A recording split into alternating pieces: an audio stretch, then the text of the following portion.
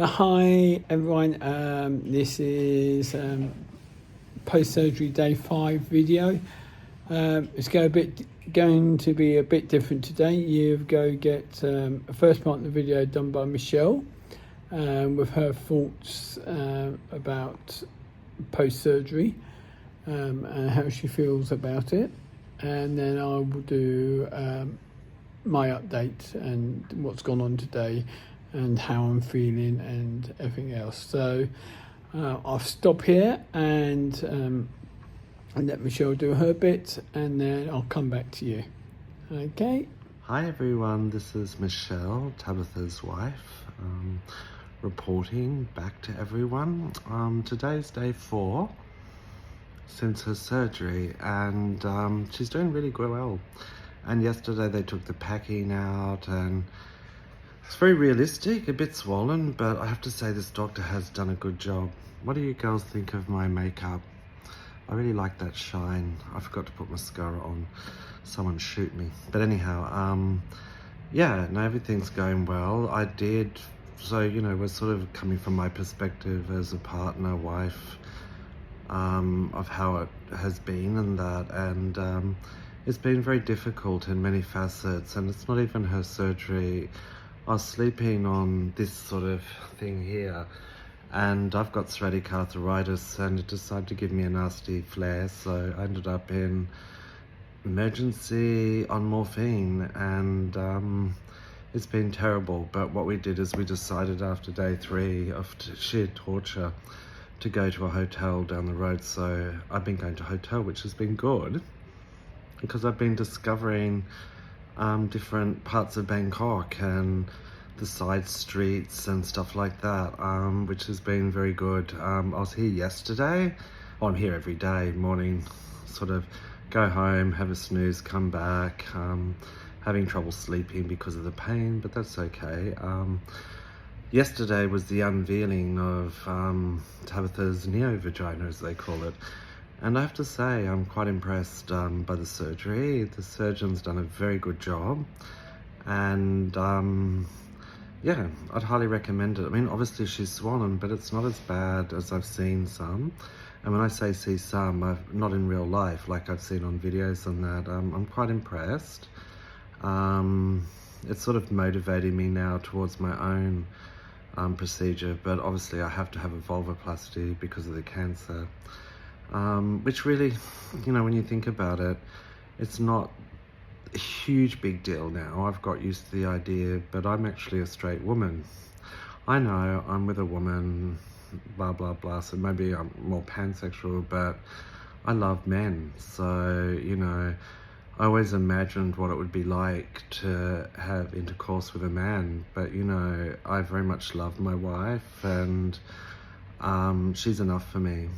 I don't need that, but that's not to say I'm not a naughty girl and I don't think about it. I'm a very naughty girl that way. It's been, you know, a very interesting time emotionally.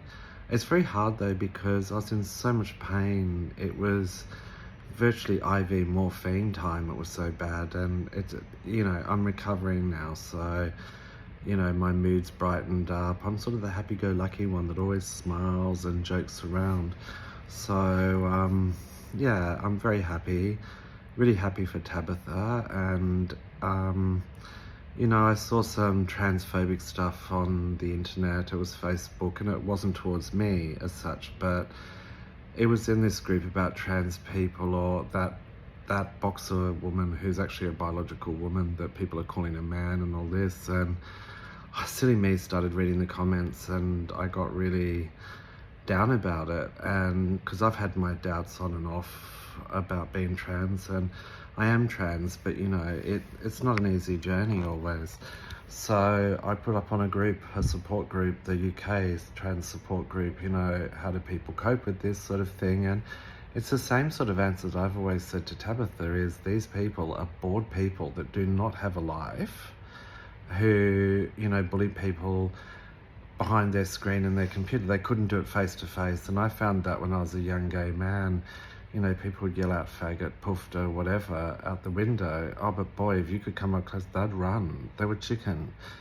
So starting to get more acceptance in myself as a trans woman.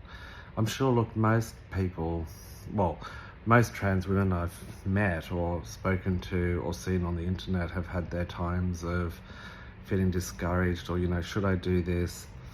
Would I be better off, just staying a man? And yeah, it's not always easy, is it?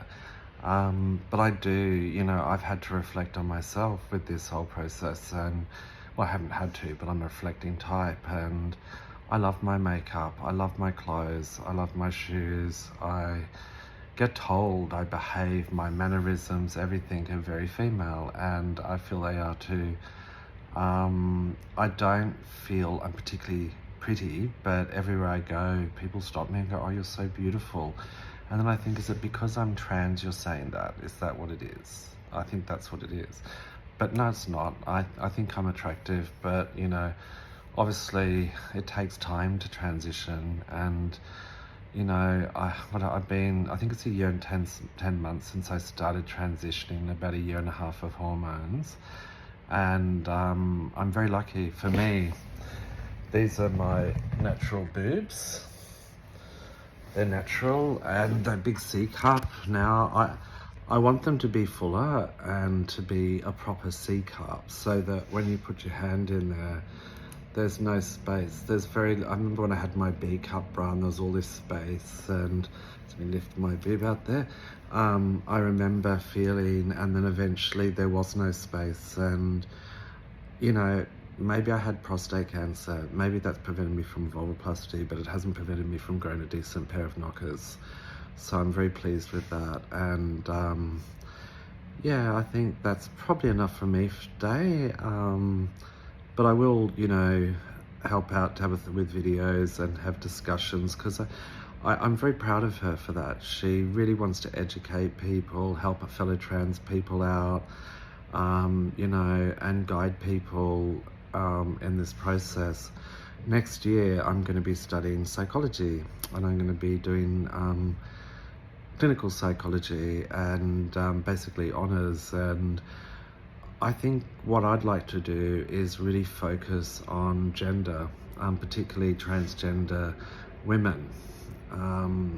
There's a shortage of psychologists, and for me, I come from a very alternative perspective. I'm a complementary medicine practitioner, study anatomy, physiology, the various different systems of the body, but we sort of look also into the mind and the spirit side of things as well.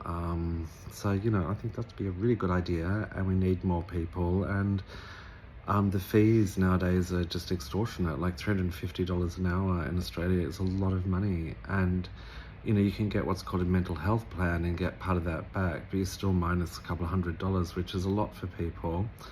So I want to see a sort of, people that can afford it, a bit of a sliding scale thing, and some pro bono. So I want to do some psychology with people that really legitimately can't afford it. And believe me, you'll be surprised how many people can afford it, but don't want to invest in themselves. Like when I was a hairdresser, I can't tell you, I had a woman, for example, come in and she said, "Oh, look, I'm getting married. We don't have much money. Can you do a discount on foils and a cut and blow dry treatment, blah, blah, blah." So I thought, oh, look, the poor thing, she's getting married. So I gave her 50% off, and just as I was finishing her hair, she was telling me how she's going on a year honeymoon on a mega yacht, and they'll be flying out on their own jet. And they just bought a house in Double Bay, Sydney, which, a 5-bedroom house, which costs a fortune. And I was so angry at her. I just told her to get out. I said, but there's people like that. And then there's people that legitimately cannot afford it. I want to help those too. So I'm not money hungry. I love my possessions. I love all that stuff. But I like to help people. And this gives me the opportunity to be the healer I am. And yeah, wish me luck on my studies. And I'm sure Tabbetha will be doing a video soon, and we're going to do a joint video together about some of these things and the process. And, from my perspective of coming to Bangkok and what I've seen, before I do go though, I'm booked in July in Canberra. with a urologist who does reassignment surgery, and I'm really thinking I'd probably prefer to come here. Like, apparently this guy's aesthetics in Canberra isn't as good. His plumbing's good, but his aesthetics isn't good. And, you know, if I'm going to have a vulvoplasty, I want it to look good. You know, I think anyone does, but well, you want it to look good from the start. But I think, you know, I'm really starting to think this might be the place to come, especially seeing the results on Tabbetha. And, you know, in saying that, there's, you know, crappy surgeons here too. And you've got to be wary of that. I was looking at, you know, prices, and it was like $2,000, $1,600 for a vaginoplasty. And you go to the clinic, they do the surgery, and then you stay across the road at the hotel, but you're not staying in a hotel. And I think that's a bit weird. Like, this is what I've seen with Tabbetha. It's a huge process. She's been lucky. She was just on a low dose of morphine for 3 days through a drip with saline solution. And now just virtually no pain. She's done really well, but I can't imagine, it's not a day procedure sort of thing. So guys, if you're gonna go out and do this, do your research, reach out to someone like Tabbetha, or look, I'm happy to help too, as much as I know. But I do recommend this Dr. Tabbetha's seen. And I think I said in the last video, he did a consultation on me, and, you know, he said, look, because of the radiotherapy, there's this fibrous tissue. You can't get through that. You know, your finger length is where the prostate is. We can go, you know, about that deep. And, you know, that's actually okay for me. I can cope with that. And I did ask him when he was taking Tabbetha's Band-Aids and the padding out and all that, you know, is this what mine would look like? But obviously the hole wouldn't be as deep. And he said, yes, very much the same. So that sort of gives me confidence about having it done. And, you know, I was thinking last night, I didn't sleep well, I had a bit of pain again, but yeah, I want this process to be done. I am a woman, a trans woman, and a different type of woman, and there's a lot of us around and about, and I'm proud to be who I am, and I just, you know, want to live my life in peace and happiness, make people smile. I love making people smile, and just, you know, help our fellow human beings out, which, you know, it's just becoming rare now. You know, us older trans people were around in the 70s, the 60s. I mean, I was born in 1970, so I'm 54 years old. But we had street parties, we knew our neighbours. People were a lot more friendly, and they cared if someone died. So someone, say Mrs. James down the road, her husband passed away or had a heart attack, all the neighbours are down there with food, so the kids get fed, and the wife can relax, and, well, as much as she can go to the hospital or babysit. Like, everyone was very helpful. Nowadays, that's faded, and, you know, I don't know what to blame for that. I think the internet's a large part to do with it. You know, these groups and Facebook and all that it's taking people away from people, and I think, you know, as a trans community, we should actually try to bring ourselves together. And that's exactly what Tabbetha and I plan to do in Canberra, is actually set up more. So there's a place called a gender agenda, and that's for all different genders. They have a femme lunch, they have trans masc lunch, they have non-binary lunches, they have these things, but they go for 2 hours. So it's nicotine mints, I hope, and they put a white stuff there. It goes for 2 hours. By the time you get there, you get in, meet everyone. They have a slice of pizza there or something, you have that, and it's finished. And it's like, gosh, is there anything else? There is a coffee group or something on a Tuesday or Thursday, you can go for a couple of hours.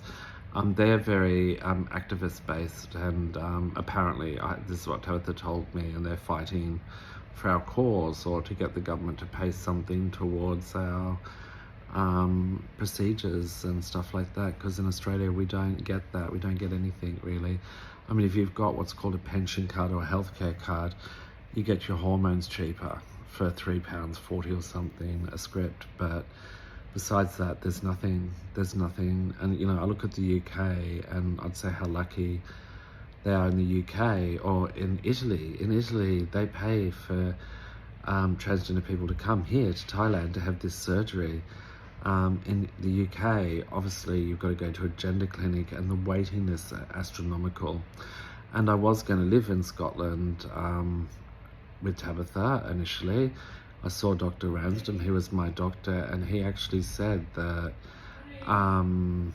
just a sec, he just said, you know, I'm happy to do that, the joint care, so I'll do the scripts and that, but you need to go to a gender clinic. So I booked into a private one, and it's very expensive, like £300, £250 for a 10-minute consultation. You have to see them 3 times before you can, so it's over $1,000 just before you even get a script. So I guess it's really difficult. And if you go on the waiting list at the gender clinics in the UK, there's like 5, 10, 20 years waiting lists, and that's hard. But look, I've got to go because Tabbetha's screaming out from the toilet. Hope everyone's great, and I reach out to all us fellow trans people and just say, you live your life to the best, enjoy life. And if anything, Tabbetha and I are trying to promote that you can have such a happy life as trans people. All right, love you all. Bye. Hi everyone, I hope you enjoyed Michelle's video. Now you get my updates. It might not be as interesting as Michelle's. Her videos are always more interesting than mine. So today is day 5 post-surgery, and normally that would mean that I would be discharged from hospital and back to the hotel. But because of having breast surgery as well, I'm lucky and get an extra night in hospital. So discharge is tomorrow. Today has been a good day. I had a nice breakfast this morning, although there was a hiccup. They gave me the wrong breakfast, so I had to wait for them to bring up the right breakfasts. And then my normal bed bath, and then I did the cleaning of my neo-vagina. I'm starting to do all the preparations, getting all the equipment ready myself. This is in preparation for having to do it when I'm not in hospital. I haven't got anyone else other than Michelle to help me. So I need to learn how to prepare the bottle, how to insert it, how much to pump in, and everything else like that, how to clean the equipment afterwards and keep it hygienic. So yeah, I've done that twice so far today, with being more involved on my own each time. The clinic provides all the equipment that I need. They provide the water or the normal saline, the betadine to mix with it, KY jelly, the pump. They actually have provided me with a plastic bedpan to take back to the hotel with me. They provided a very old-fashioned sanitary pads. I think they were known as loop pads, where they had like straps to hold it in place back in the days. I think they were back from the 60s. I'm just using my knickers to hold it in place. And yeah, it's been nice. I've been for a walk today, a couple of times actually, and Sherry came and saw me and made sure I was okay, and she took me up to meet a fellow patient who's 2 days behind me in the surgery stakes. She's from America, a lovely girl, and she will be back in the hotel when we're in the hotel before we fly home. So I think we'll spend some time with them back in the hotel. It actually might be helpful for them with Michelle because They're a couple, there's two of them, and they're married to each other, and they both just had the reassignment surgery. So it might be, and they've got no one else with them, so it might be helpful having Michelle around to help them if they need stuff. So I think we might get to know them really well, and it'd be nice to get to know them. I'm being seen by the doctor today. He's happy with how it's looking. Yeah, it's still very bruised and swollen, and that's only to be expected. It can take quite a few weeks for the swelling and the bruising to go away. I imagine the bruising will take a while to go away.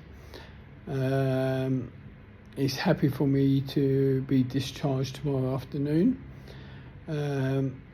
My catheter's going to come out tomorrow. And as long as I can pee, they won't put one back in, so I just had to make sure. But when I've been on the loo today, I have felt the urge to pee. Even though I've got a catheter in, I've got that urge, and he says that's a really good sign.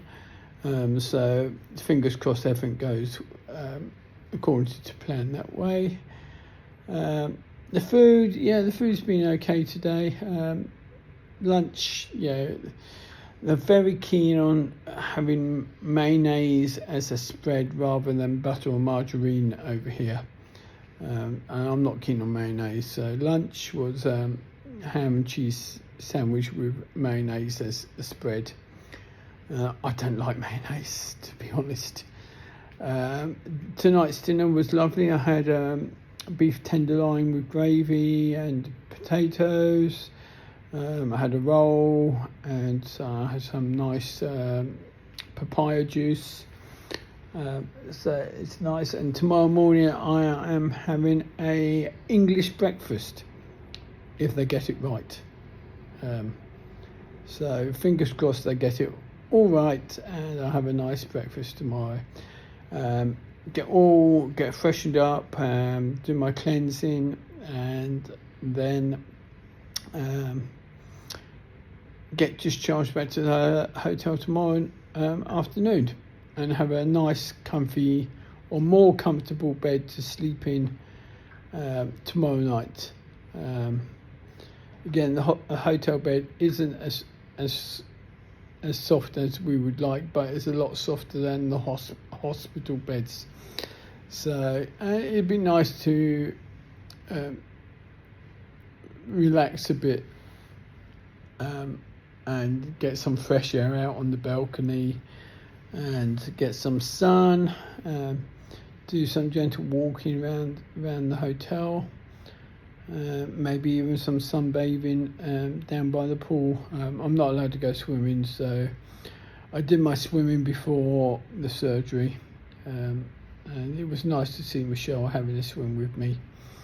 And then we'll wait and see. So that's today's update. Nothing really exciting for you. The pain hasn't been any difference. It's very tolerable for me, but again, pain is individual. So yeah, what I can tolerate, someone else might find the worst pain in the world. So I'm quite lucky I can tolerate pain, or this kind of pain. So I'm doing well. Breasts are still in the bandages, in the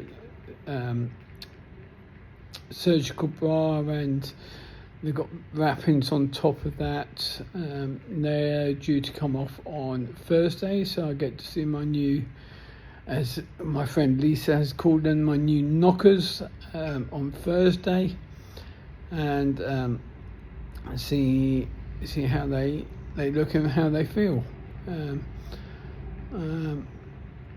that'd be a new experience. So yeah, I I say bye for now, and again, as I said, I'll send you a video tomorrow. And as always, it's much appreciated you watching these videos, and I hope that they help some of you on your surgical journey, so you know what to expect and what it's like.